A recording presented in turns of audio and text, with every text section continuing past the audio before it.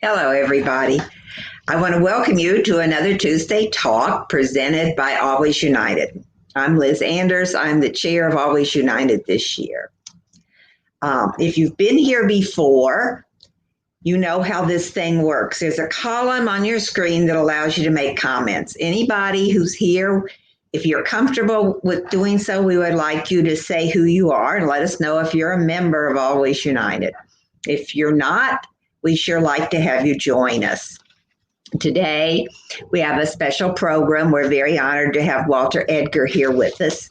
And in addition, we have a couple of people from the AARP Driver at Ride at 50 program. AARP Driver Safety is one of our sponsors, and we thank them very much for that. So now, I would like to introduce you to Melanie Dalton and Shelley Maddox from AARP's Ride at 50 program. First, Melanie Dalton. She represents the AARP Ride program in Richland and Lexington County since it started in June of 2019. This program is powered by the nonprofit organization Phoenix Mobility Rising.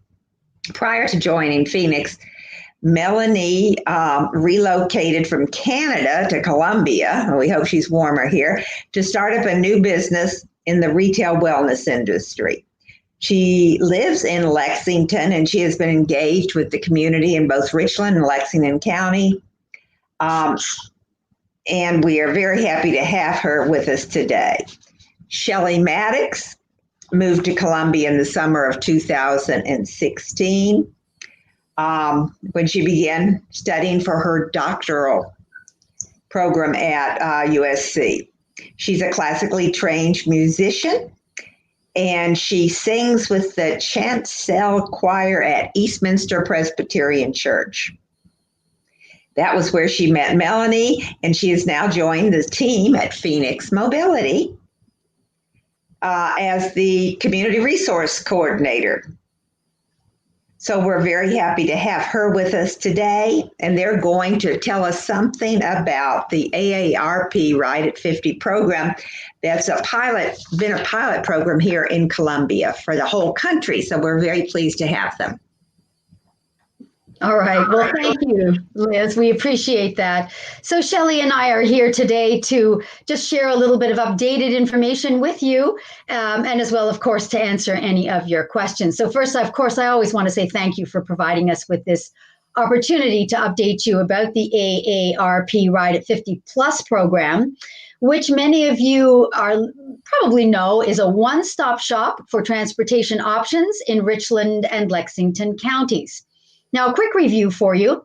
There are 3 ways for riders to plan and book rides. You'll see that referenced on the screen right now. First, they can call our customer service toll-free number and speak with one of our call center agents. They can also go into our website.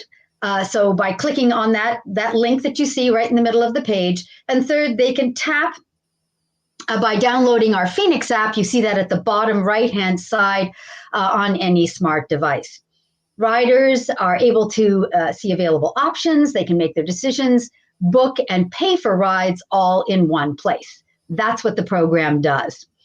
But now let me give you a brief update then on the status of the AARP Ride at 50 Plus program in Richland and Lexington counties. This program was started in late 2018. And then during 2019, which was our first full year of service, we performed over 2,000 rides, primarily for seniors and those in need. Excuse me. We were also able to hold many, many training classes, information sessions, and many potential partner meetings and businesses with organizations. As we all know, 2020 has presented us with many challenges. In March, for the safety of all involved, AARP made the decision to suspend rides until COVID-19 could be better understood. But we've continued to work behind the scenes to build our relationships in the community, and I'm excited to be able to share a little bit of information with you about 2 new partnerships here in the Columbia area. First, Senior Rides of Lexington is a volunteer driver program initiated by the City of West Columbia and led by Reverend Ken Taylor of Turner Memorial Church. This program is now in collaboration with Phoenix Mobility Rising. Together, we will continue to engage volunteer drivers, enabling us to provide affordable rides for seniors and those in need.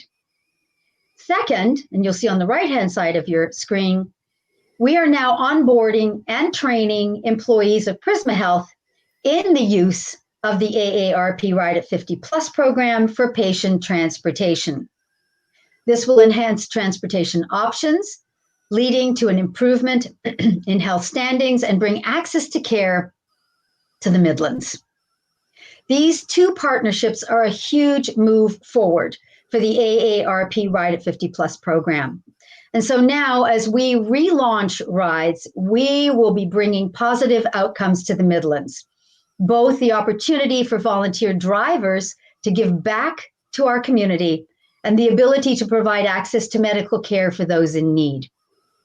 We want to thank you, Always United and the United Way of the Midlands, for collaborating with the AARP Ride at 50 Plus program through AARP Driver Safety. We thank you for believing in our program, for supporting us, for making your facilities available for us when they are available and not closed down because of COVID, and for your continued support as we grow and we flourish here in the Midlands. Thank you.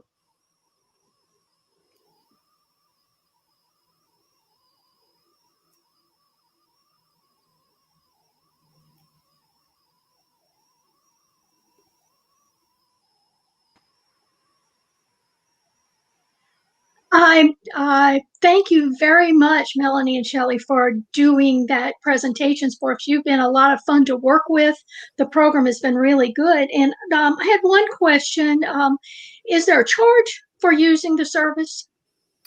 Claudia, that's a great question. I just wanted to let everybody know the platform is actually free to use, sort of like Expedia or kayak.com. You go and you use our platform and it will tell you all of the ground transportation options that are available to you in Richland and Lexington counties and the cost to use them.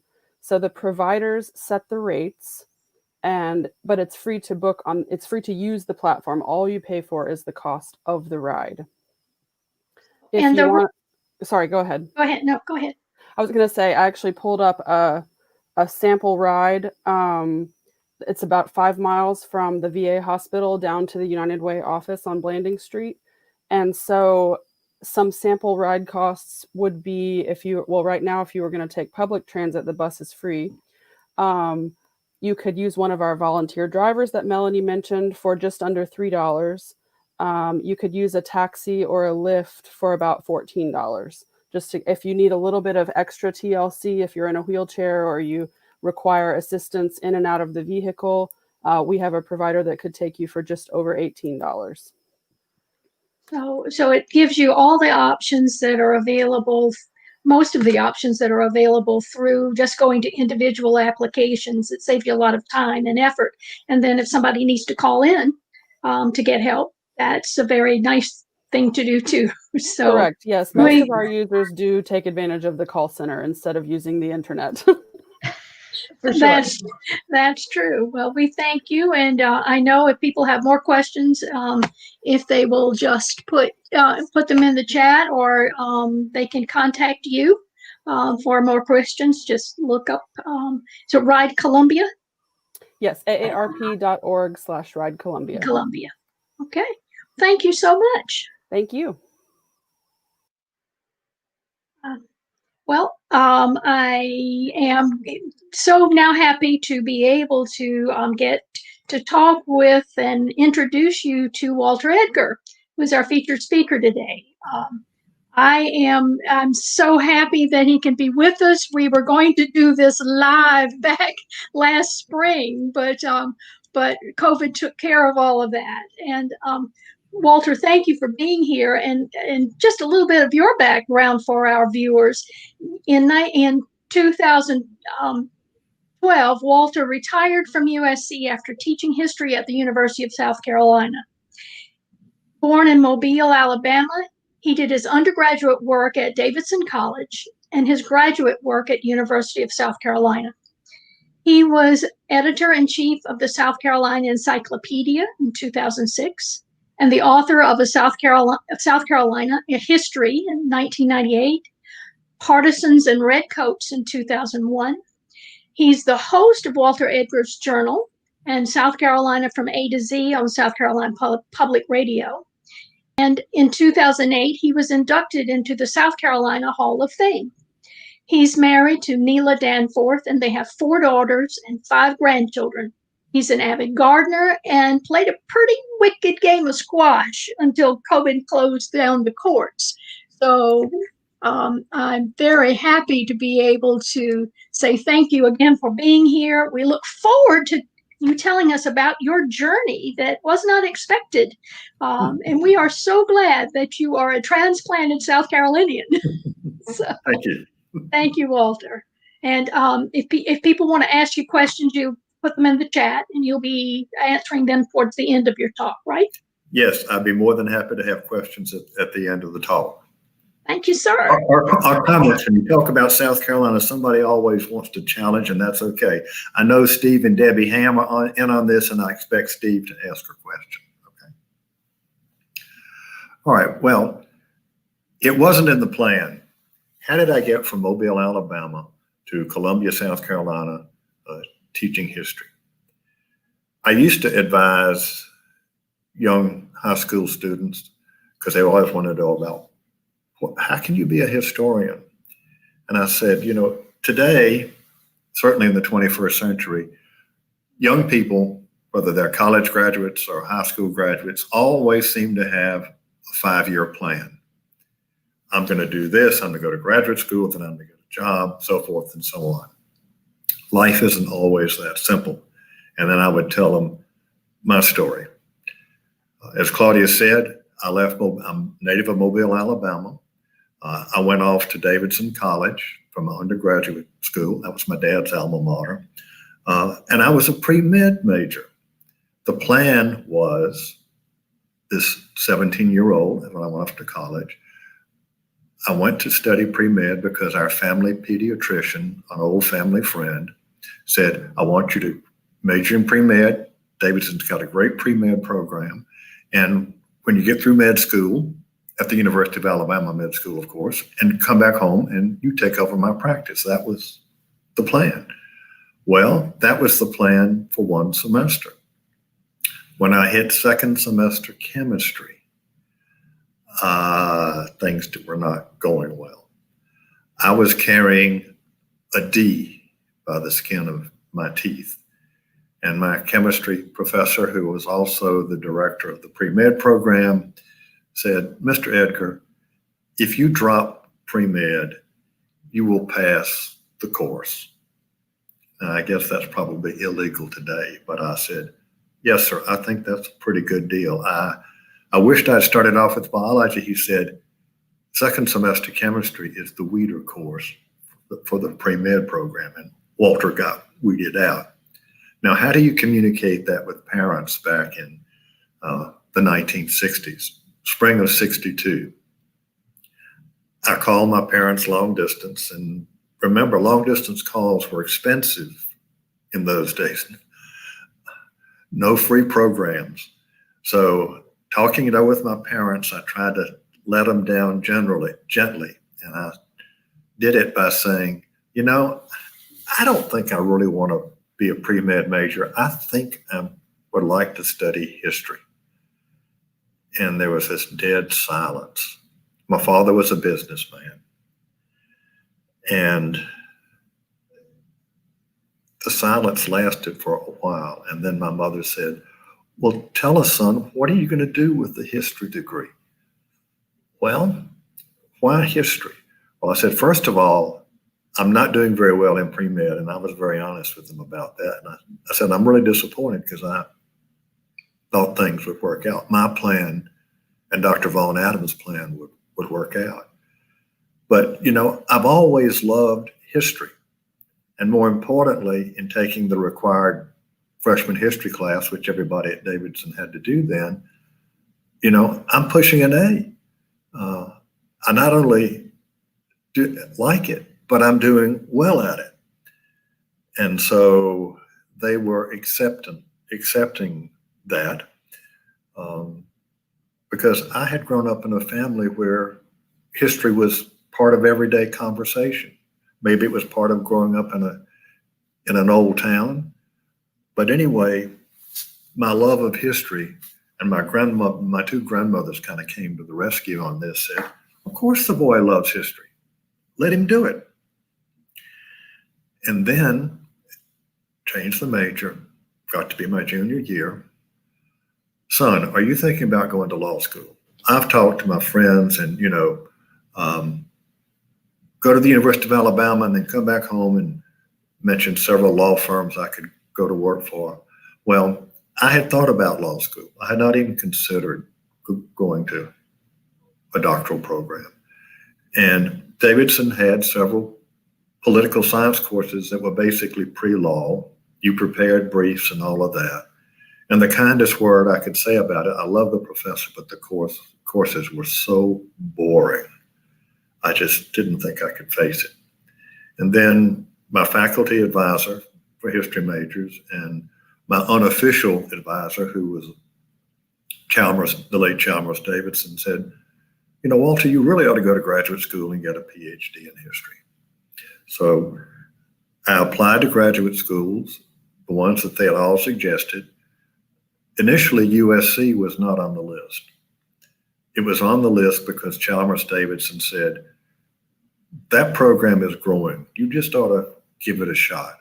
Well, I got my acceptance letters. I got those really nice letters from everybody.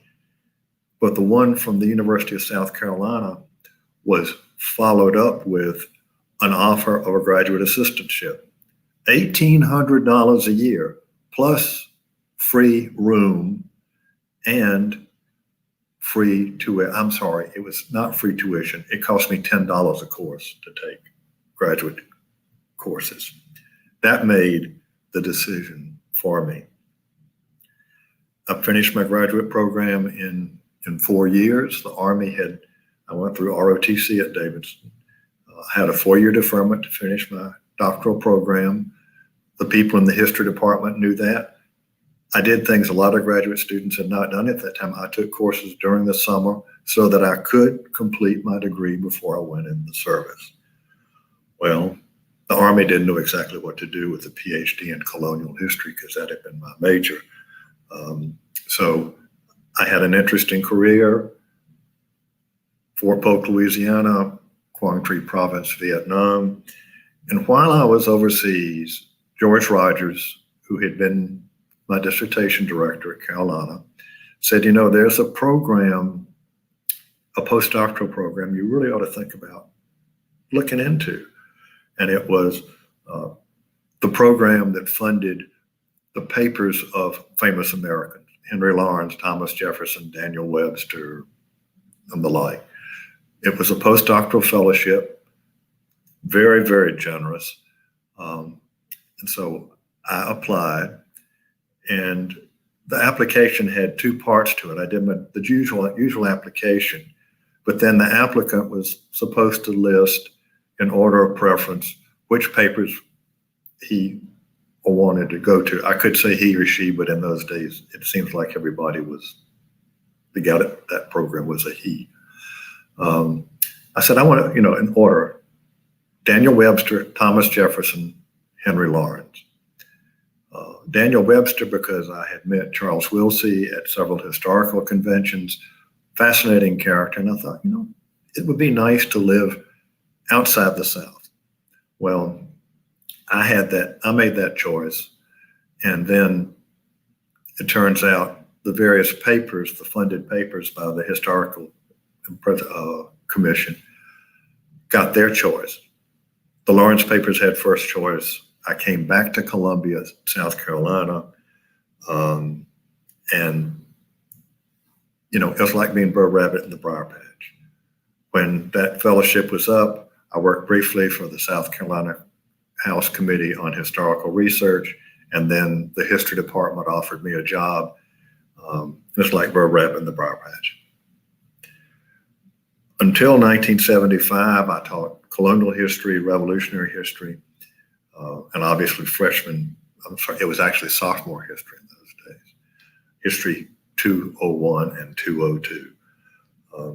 George Rogers said, Walter, I'm kind of tired of teaching South Carolina history. This is summer of 1975. Why don't you do it? I said, okay. And so beginning in the fall of 1975, I taught South Carolina history from 1670 to 1865 for 37 years. So I'm on my way to becoming a South Carolina historian, not because of any plan, but chance, whatever. I was writing articles on South Carolina and Southern history and culture, published several books, but more generally on Southern culture than specifically South Carolina. And then in the fall of 1992, one of my closest friends in the profession, Charles Joyner, the late Charles Joyner, who for many years was at Coastal Carolina University, one of the best cultural historians in the country. The man's had 2 PhDs, one in folklore, one in history. He said, I spent the afternoon at USC Press. We were at a party that a cocktail party somebody in the history department had that afternoon. And he said, they're looking for somebody to write a new history of South Carolina.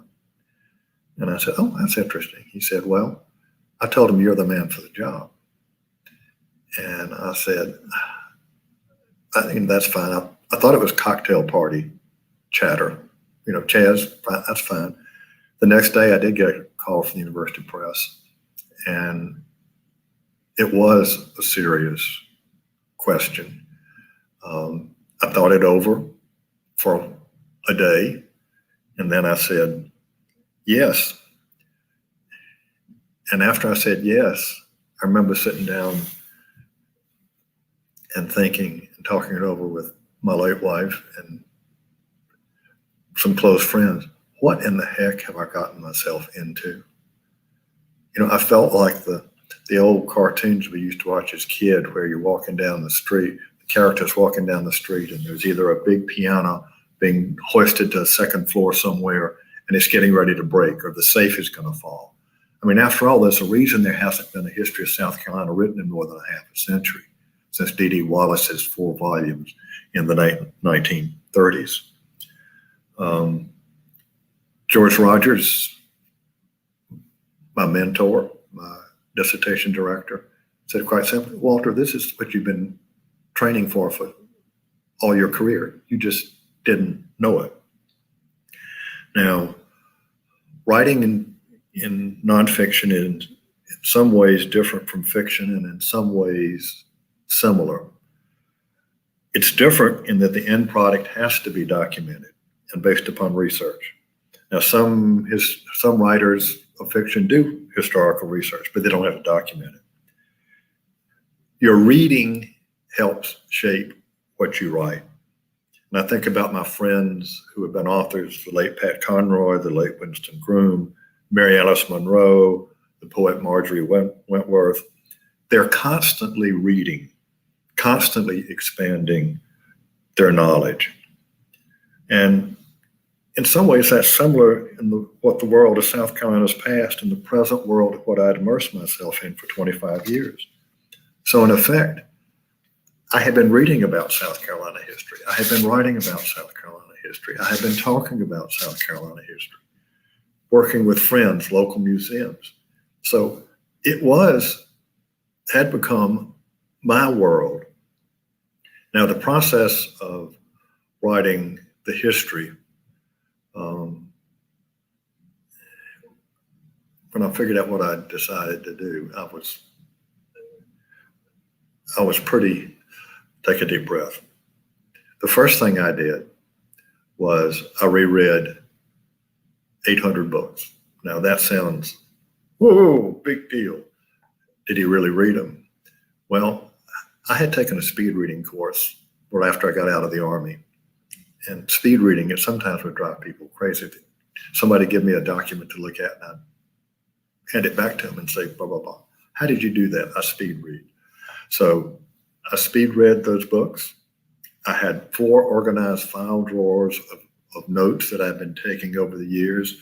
A habit I'd picked up, by the way, when I was working on those Lauren papers in 1971 and 72, because George Rogers had said, if you find something, I told him I found something really neat. It's not what you sent me to the library to look for. And he said, you take it down. I said, well, wasn't what I was looking for. He said, if you find a nugget, write it down. You never know when it's going to come in handy. Well, by the mid 1990s, I had a 4-drawer file cabinet full of nuggets on South Carolina history that I had been saving for 20 years. I looked at all the articles published in the South Carolina Historical Magazine since 1940. And back when this was still possible, Dr. Alan Stokes, the director of the Carolinian Library, gave me a stack pass, and I was able to walk down the stacks and peruse the volumes. I'm not going to say I looked at all. I think at the time they said they had 100,000, but there were books that were not in the card catalog, and I would point that out. Or sometimes a title would leap out because it told me something more than what the card catalog might have done. And then in terms of visual material, I viewed literally thousands of images in the Caroliniana, at local historical societies, and certainly the fabulous collection at the South Carolina Historical Society in Charleston. And every day I was reading 3 dailies. And thanks to microfilm, I could go back and reread the Greenville News, the News and Courier from 1986 to 96. That would take me in the modern period. Now, writing is a process. You know, there was the former chair of the history department who told my colleague, Mark Smith, and me, oh, it's easy for you guys to write. It's easy to write. Writing, folks, is not easy. Writing is a task. My manuscript was 1,200 pages, including 1,700 footnotes. Don't forget that documentation, 1,700 footnotes. Before writing each chapter, I would organize notes and create an outline. Again, planning. Now, I was computer literate beginning in 1984. I had bought my first computer. It's probably a glorified word processor, but that's what I used. For 15 months, working at the computer, 8 to 12 hours a day, 6 days a week. I did not work on Sunday. The longest day, and my wife Betty kept a log, was 19 hours. And every night I'd print off what I'd written in that particular chapter to date. The next morning, first thing I did was read that day's work and then begin writing. Sometimes I liked what I'd written. Sometimes I threw it away. Afternoons were related to writing new material. And thus most of the 23 chapters of the book were revised a dozen or more times. Now, I was grateful for the computer in my writing. Now, I understand why some writers still use pen and legal pad. Pat Conroy did. My friend Winston Groom, who recently died, did. But if you're writing something like history and you're documenting it, if I'm writing chapter 14 and I discover material that really ought to be back in chapter 10, then I can cut and paste, and that solved the problem. With earlier books, I had a correcting selectric before 1984. And that I would literally cut and paste and then have a manuscript type. Now you can move it around. Now, computers can be dangerous things. I was working on a chapter 13, by the way, spending Christmas at in Middlebury, Vermont, so the kids could ski. And I thought I saved the chapter. I was 2/3 of the way through. I hadn't saved it. My girls, who were both in college by that time, said that they learned some new words that they had never heard before. And they thought that the McCardles, the house we were staying, might have to repaint the den.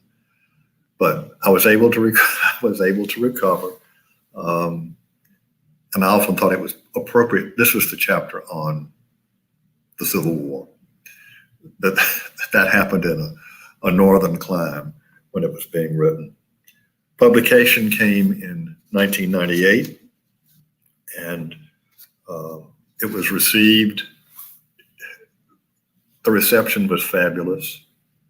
It was, they printed a couple of thousand copies because the press thought, okay, this will sell. There hadn't been a history since 1935. But it exceeded far beyond anybody's expectations.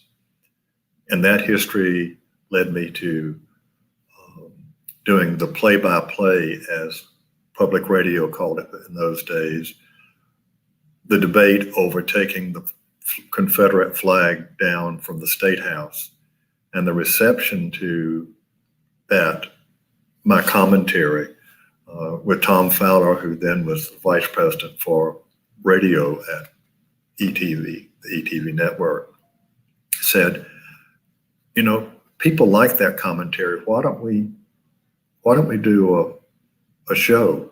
Oh, and also we want to have you read your history sort of as a radio reader from South Carolina. So I did that, recorded that, and we began Walter Edgar's Journal. It's been on the air since 2001. And none of that was planned. It happened. And so, that's my story of how a boy who grew up in Mobile, Alabama, ended up in South Carolina, wrote about its history. It wasn't in the plan when I left Mobile in 1961. It wasn't in the plan when I got out of the Army in 1971. It wasn't in the plan when I finished my postdoc. It wasn't in the plan when, in 1975, I was asked to teach the course in South Carolina history. And it wasn't in the plan that USC Press would ask me to write the history of the South Carolina. Folks, it wasn't in the plan, but I'll take that career that was part serendipity, part luck, whatever.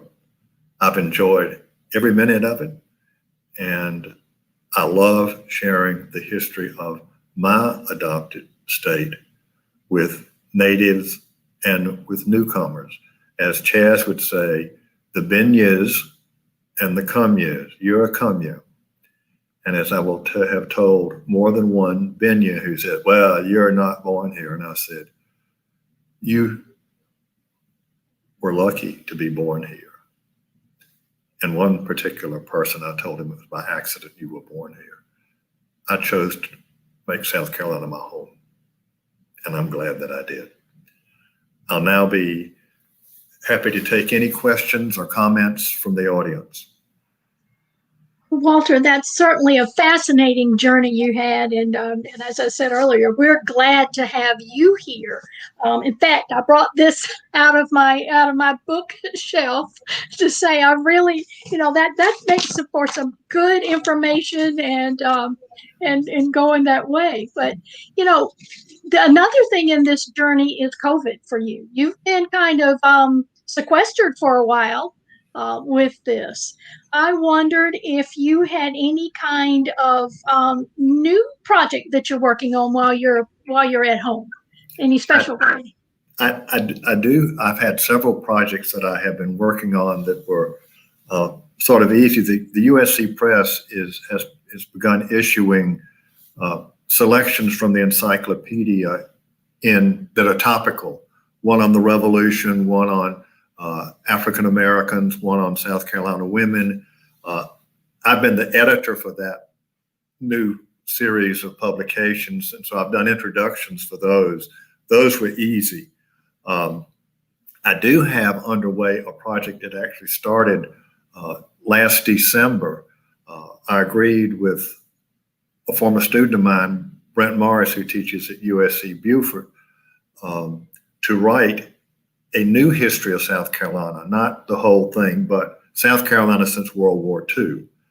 Now, those plans have been disrupted by COVID.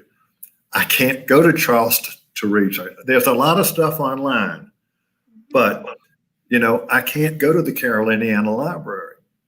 So we've gotten an extension on when that manuscript was due. I do read I read the Charleston paper regularly. I read I'm keeping up with current times, but I used to have an extensive library of South Carolina books, and when Neela and I moved to the Stillhouse community in June a year ago, I jettisoned about 2,500 books. So I kept the ones that I thought were really important, but there's many of the time I'd say, darn, if I only had this. So yes, my career plan, this wasn't in the plan to not be able to actively research the way I would like to. But I've had other projects. That comes to, I've got several questions here from viewers, so let me put this one up for you. Shelley asked, have you seen the quality of research or research methodology change throughout the course of your career? Oh, wow. That's a wonderful question. First of all, the internet now, you can do some nice things on the internet. For example, when I was working on the history, the census had just gone online through the University of Michigan, and analysis of that census. I could look up how many slaveholders in 1860, for example, there were in Charleston County, and then there were, you owned X number of slaves, what have you.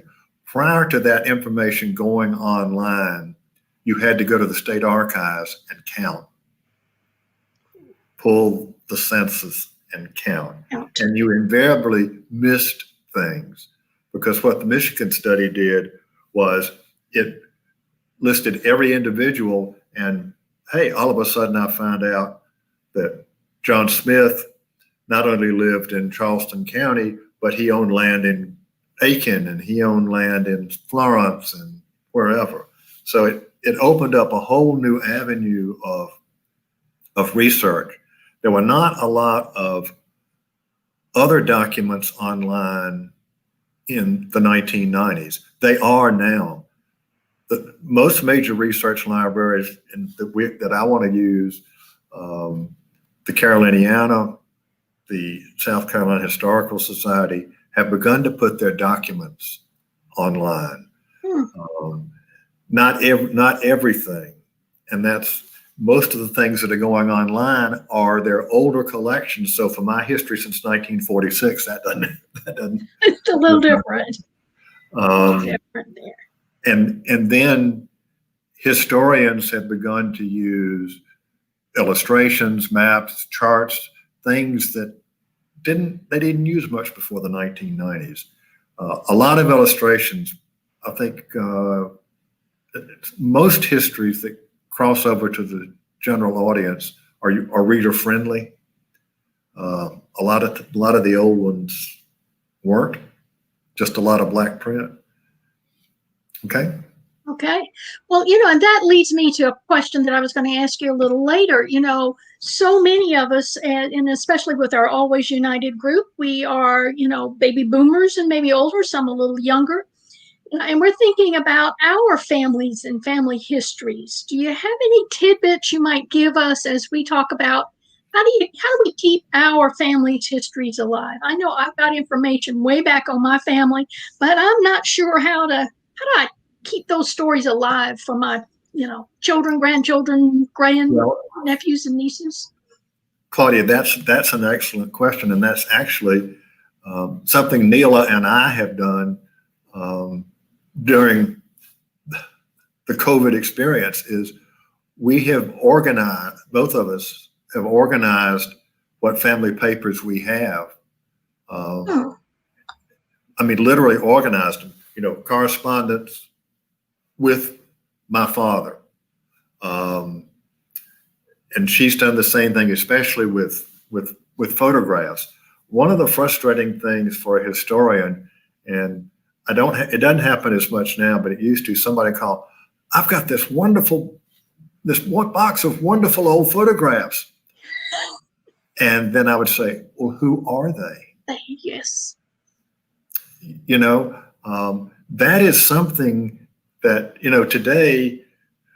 You go to a family reunion and somebody's got a phone and they take 300 pictures. But for our generation, and I'm in my 70s, and I know there are people out there at least our age, you've got family photographs. If you can identify them, do that, because if you don't, nobody's going to know who they are. And if you know a particular anecdote about, this is Aunt Harriet. She made the best potato salad, and her recipe, and Neela's done this, this is who created that recipe. So these are things that we can do that are really, really pretty easy. Kids, I'm sorry, mine are the same, are not as tactile as we are with documents and what have you. But I think if you organize them and do an outline, Neela has actually written a family history using stuff her mother had gathered, information her mother had gathered back in the 1940s and 1950s to go back about 5 generations. It's not elaborate, but it explains who people were, where they lived, and she's got the original, not the original documents, but the original commentary if the kids wanted to go further. So use this time to organize your collection. My daughter's one thing said, Daddy, thank you, because I said I threw out a lot of junk. We all collect junk. Had nothing to do with, necessarily family history. Is that you've saved us a painful process. We know when we get those files, this is what you really wanted us to have. And when I was in the Army Reserve, and I did that after Vietnam, I came back from active duty. I was part of an advisory team in Grenada, and the girls, I was there for 4 weeks, writing back and forth. And the kids were writing back and forth. And so that was one set of files. I photocopied it, sent it to my girls, and they have been reading those letters back and forth to each other. That's part of what you can do for your kids. Thank you for that. In fact, over my shoulder, there's an old trunk that has some family history that goes way back. And I've always wondered, what in the world do I do with this? How do I go through? And it's full of pictures that, fortunately, my dad had gone back with me to tell me who some of the people were.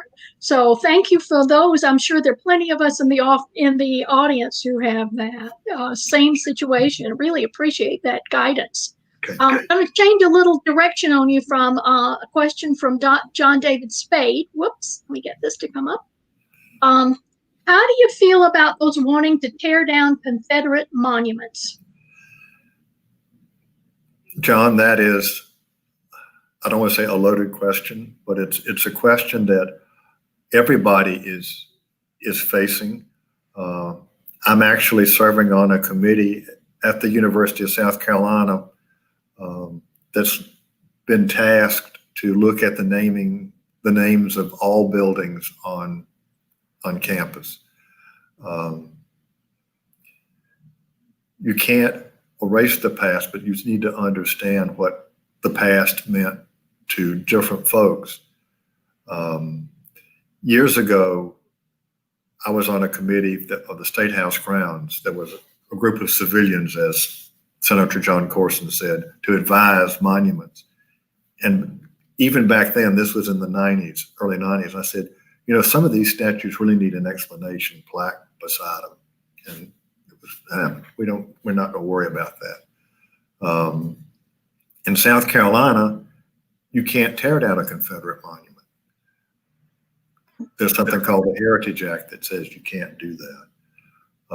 Now, the city of Charleston took down John C. Calhoun's statue, but ironically, he really might not have been covered by the Heritage Act. The statue also was on private property, and it was owned by the city of Charleston, so they took it down. And quite frankly, that was a surprise to a lot of people. In other places, Kentucky has taken Jefferson Davis's statue out of the state capitol. Of course, he was born in Kentucky. They've been taken down in New Orleans. So it's happening. But like I say, in South Carolina, it's the question of the Heritage Act. Well, and John David Spade also had a follow-up to his question. Can you talk about the importance of historic preservation? I'm amazed at how much historic research the city of Columbia does on historic buildings in its planning process. Yes. I used to teach historic preservation at the university, and a lot of work is done by the city, but it was spurred by Historic Columbia. And I can't say enough about Historic Columbia and what it has done to promote historic preservation in the city.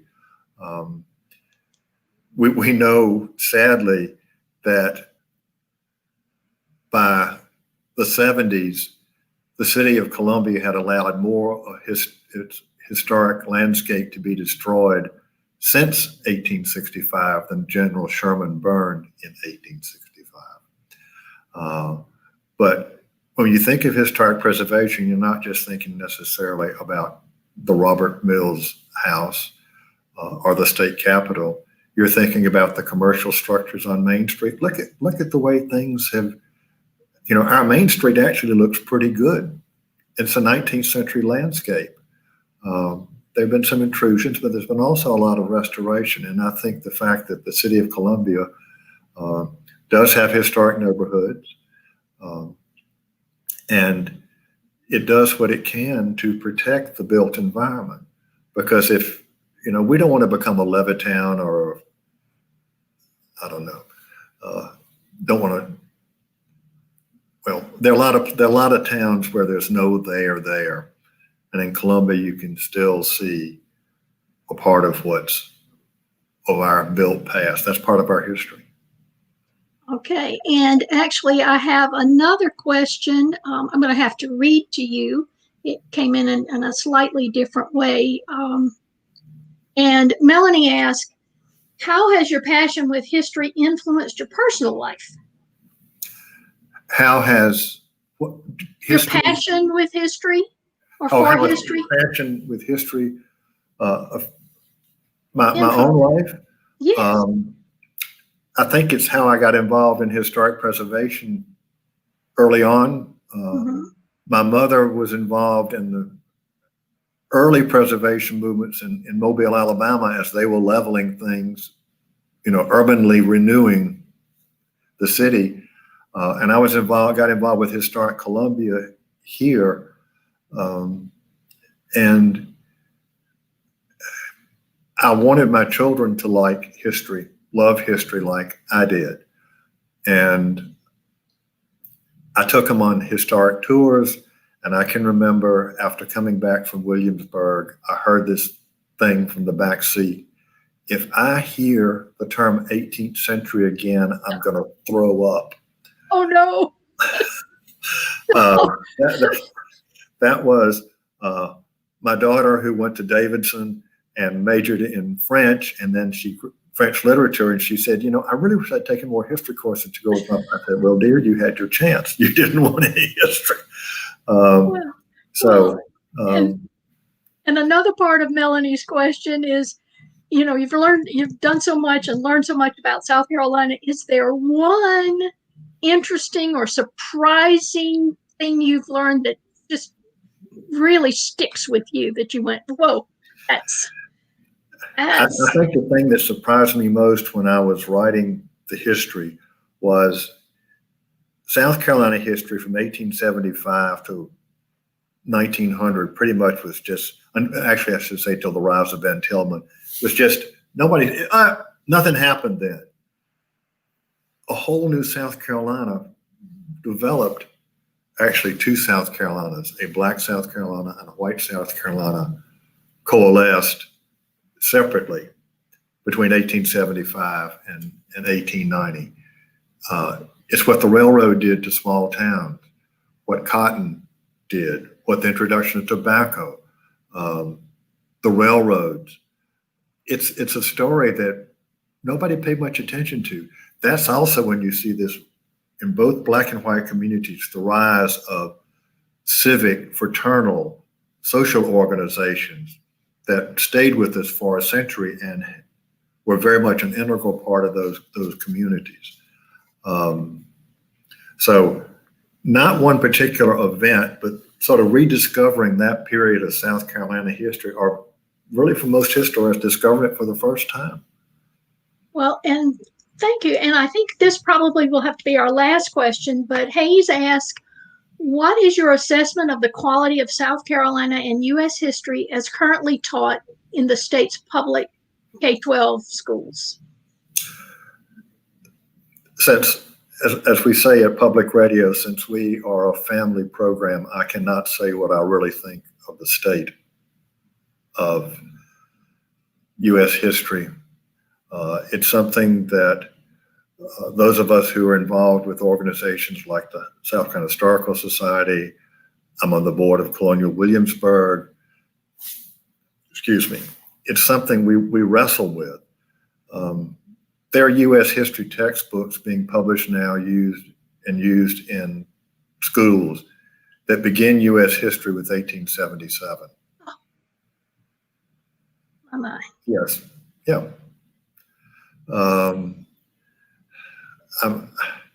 I'm sorry. And I don't blame the teachers. So much of the way they have to teach is constructed so the kids can pass certain tests. But just to ignore what happened in 1776, drives me. I shouldn't say drives me crazy. I think I'm fine. But thank you. Yes, you are fine. But I have, over time, I have actually checked history books that are used in colleges, and they become more, the colonial period gets telescoped, smaller and smaller. In some, there's almost no discussion of the American Revolution at all, whether it's political or military.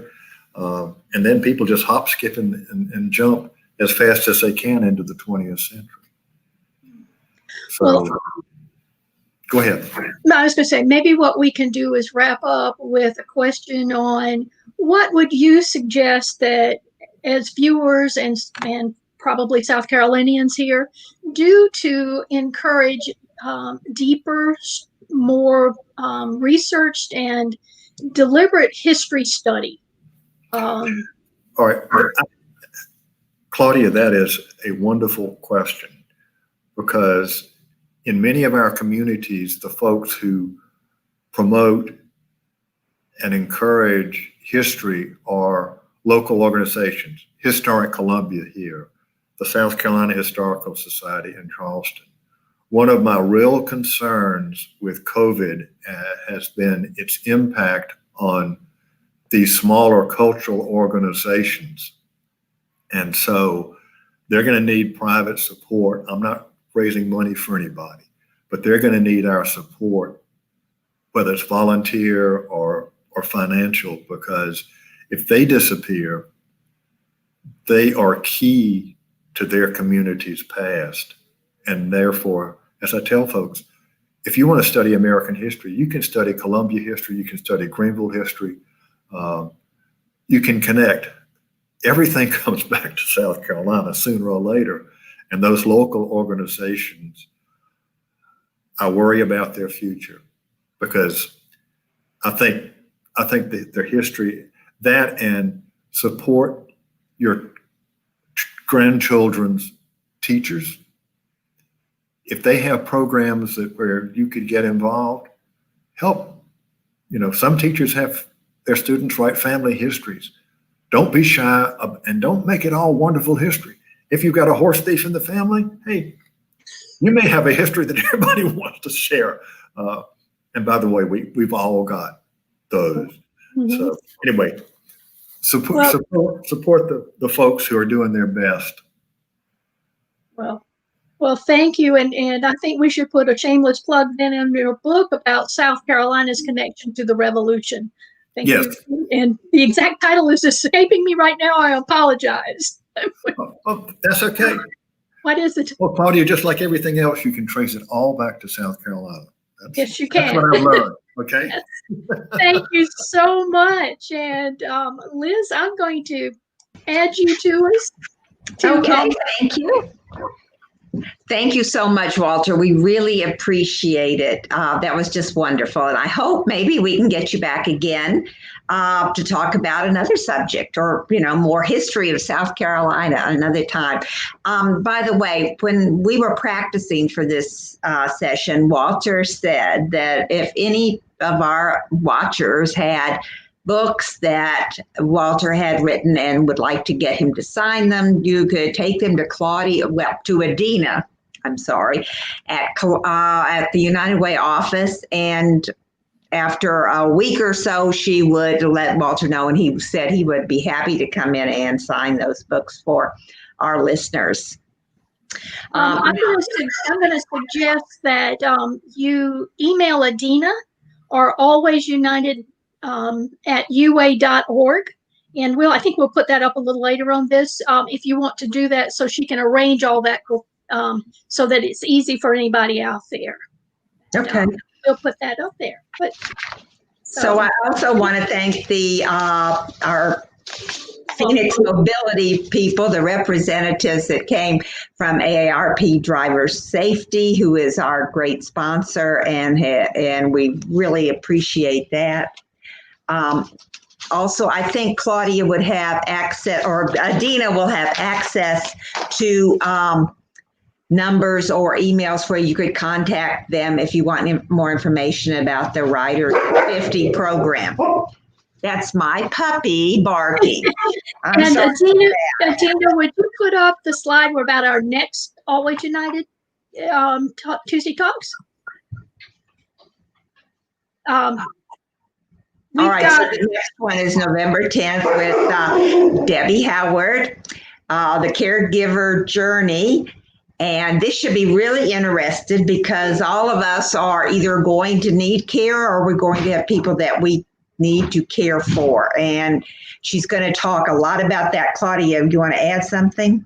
Debbie is really excited about doing this. She has a Columbia and South Carolina connection too. In fact, if John Spade's on here, he helped us get in touch with her and put this program together.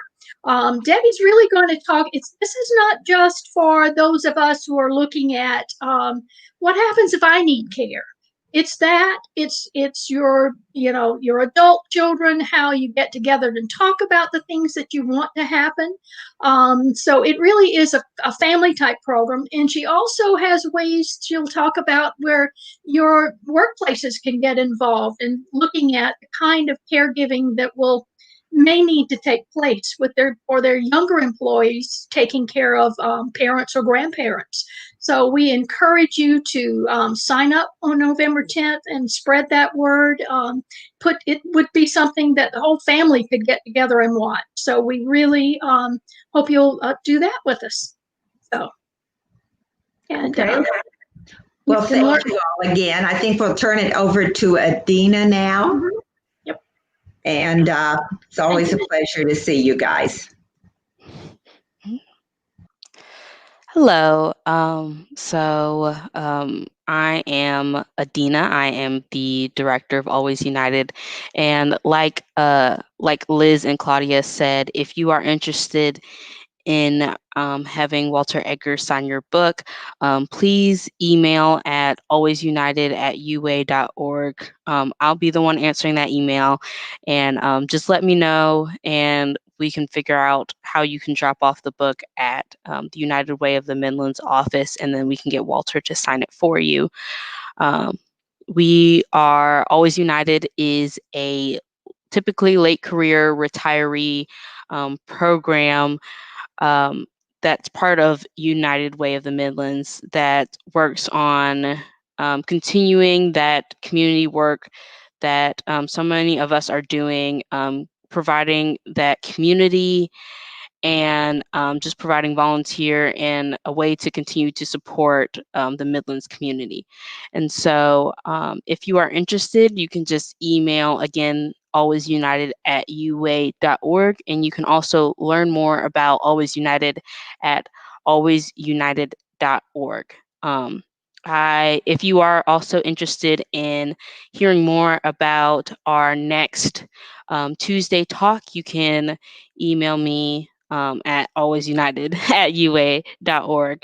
And I will make sure to send you the link to register and find out more as soon as it's available.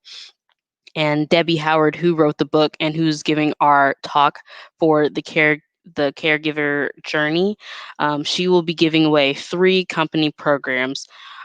So make sure you come by and learn a little more and be able to benefit from coming and sharing that with your corporation or organization. So I just want to say thank you everybody for coming, and it was great to have this Tuesday talk with you.